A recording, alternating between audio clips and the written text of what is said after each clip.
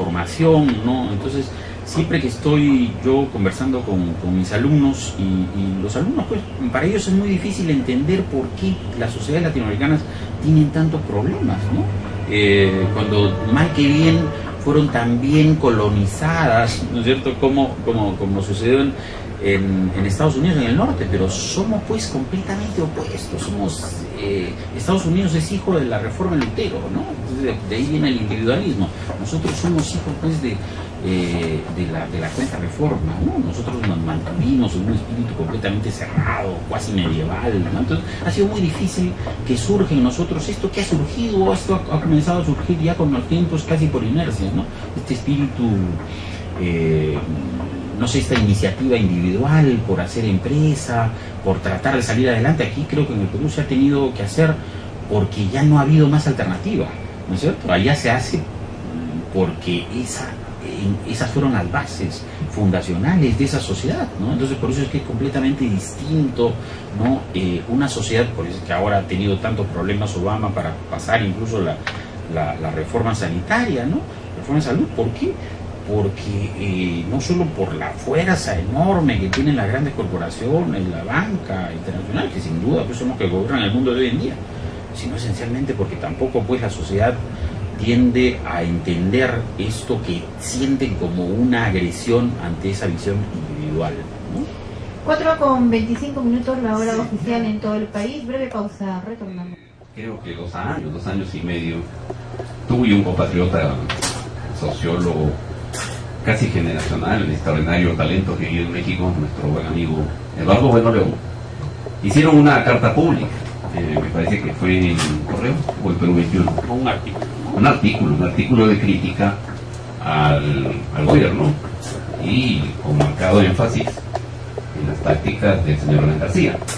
Como es obvio, las críticas en el país, y sobre todo al señor García y al partido al que pertenece, no fueron muy bien vistas. Entiendo que hubo protestas, entiendo que hubo disgustos, pero tú has conocido el fenómeno por dentro por muchas razones. Tus papás son funcionarios en el primer gobierno. Lamentablemente el terrorismo nos quitó a un hombre valioso, produciendo pena y produciendo un descalabro interno en la familia, injusto como fue. Ya no podemos cambiar el pasado, pero has conocido desde pequeño, además, qué significó una buena parte de un movimiento que históricamente tuvo un éxito social que hoy ya no puede repetir. Y no puede repetir porque el Perú, como he dicho tú, es una sociedad de sociedades. El peruano eterna no conoce el peruano de Quito, y probablemente el peruano de Quito y su tiempo histórico, su tiempo subjetivo sea distinto del de Tacna. Y entre ambos no hay ninguna sino bajo el marbete de Perú. Somos varios Perúes, eso es evidente. El de Lima es una mezcla de todo. Muy bien, volvamos a la carta, al artículo famoso.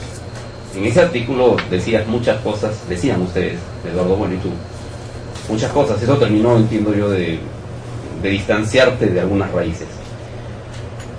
De lo que dijiste o dijeron ustedes en aquellos 2 años y medio atrás, a la fecha, ¿te reafirmas en lo que dijiste o escribieron, o todo ha cambiado y el Perú se ha vuelto una maravilla, o se cumplió de alguna manera lo que ustedes vaticinaron y escribieron?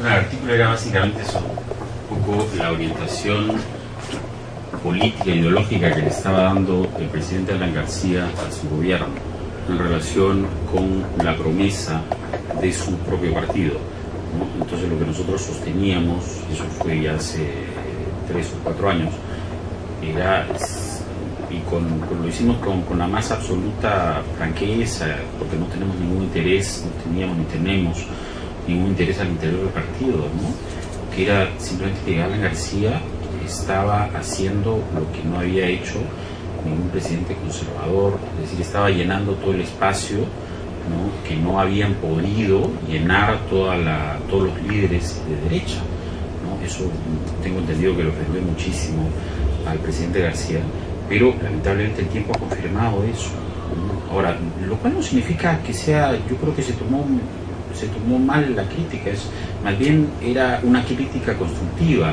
en el sentido de que sí, pues era necesario que existiera un presidente de derecha como Alan García en este país, que construyera, que intentara por lo menos modernizar al país sí era necesario. Yo estoy convencido, sinceramente, desde un punto de vista histórico, que Alan García es el Leguía del siglo XXI, ¿no?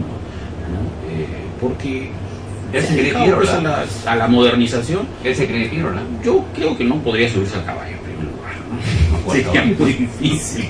Pirola es un traidor. Pero no. Es decir, si tú lo ves desde qué punto, desde qué perspectiva está tu pregunta, si tú quieres la perspectiva desde el partido, pues obviamente desde el partido la política instituida por Alan García significaría pues una traición a los principios ideológicos de la Torre. Bueno, de esto, ¿no? Desde la perspectiva del Perú, pues probablemente haya sido lo que necesitaba, ¿no? No creo que estén muy agradecidos todos los líderes de la derecha, obviamente, porque al final Alan les ha quitado todo el piso, ¿no? Ha llenado un vacío, pues, ¿no? Un vacío muy importante. Ahora, pero desde el partido, mira, creo que el partido dejó de ser partido casi inmediatamente después de la muerte de Aya, ¿no? Ahora, todo lo que está pasando ahora ha incrementado, ¿no? Esa larga crisis por la que viene pasando el APRA, pero tampoco seamos ciegos, ¿no? O sea, la crisis no solo es de la crisis es de todas las instituciones políticas en el Perú, ¿no? Lo que pasa es que nos enfocamos en el APRA no solamente por esas afinidades que en algún momento tuvimos, sino porque el partido aprista siempre fue el partido mejor organizado, mejor estructurado, etcétera, ¿no? Pero después de la muerte de ella creo que el partido se vino abajo, ¿no? Pero creo que hay una cosa que es importante reivindicar, y lo hemos dicho muchas veces, ¿no? En presencia de amigos y adversarios. Hasta 1980 aproximadamente, o sea, un año fue de ello, habiendo manejado municipios, universidades, congresos, regímenes legislativos, la gente sabía que los apristas se podían equivocar, pero que eran honestos, no eran apristas ladrones. Entre 1985 y 1990 se produce un desmadre, el reino de la estupidez, perdón, digo del voluntarismo, que instituyeron y lo bautizaron, del cual el señor García era el abanderado. Y ya sabemos cómo salió.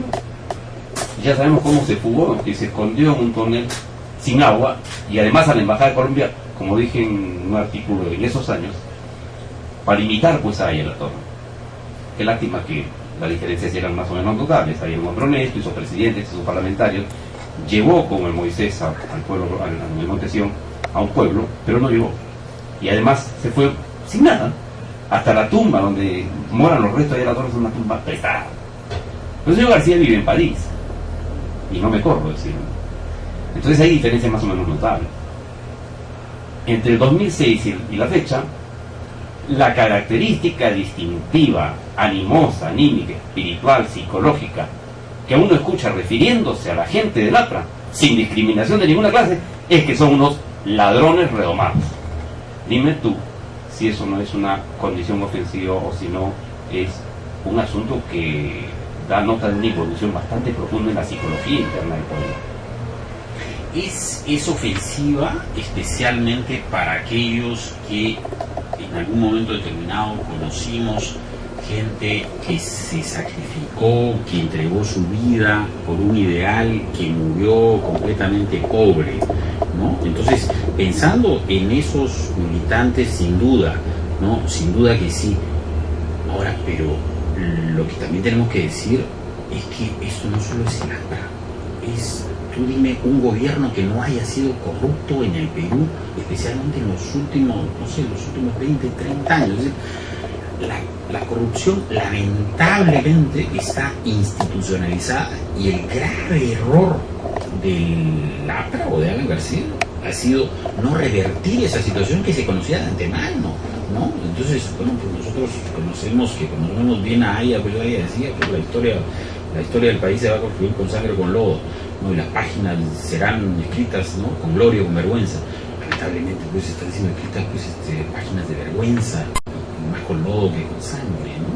Es decir, el APRA nunca logra revertir esa situación que está institucionalizada en el país. Es decir, la corrupción no es exclusividad del APRA, no es exclusividad del APRA. Ahora está asociada directamente, sí, pero no nos olvidemos pues de todo el Fujimorato, no nos olvidemos de Montesinos, no nos olvidemos de antes. Es decir, esas son cosas que son parte de los problemas esenciales, estructurales de la sociedad peruana, ¿no? que ningún partido político ha logrado pues, enfrentar, ¿no? Y por eso, te repito, yo soy muy cuidadoso con eso, o sea, no creo que sea un problema exclusivamente del APRA, es un problema generalizado, y por eso es que la mayoría de gente ya casi no reacciona, porque piensa que todos los políticos son iguales. Y de pronto no será también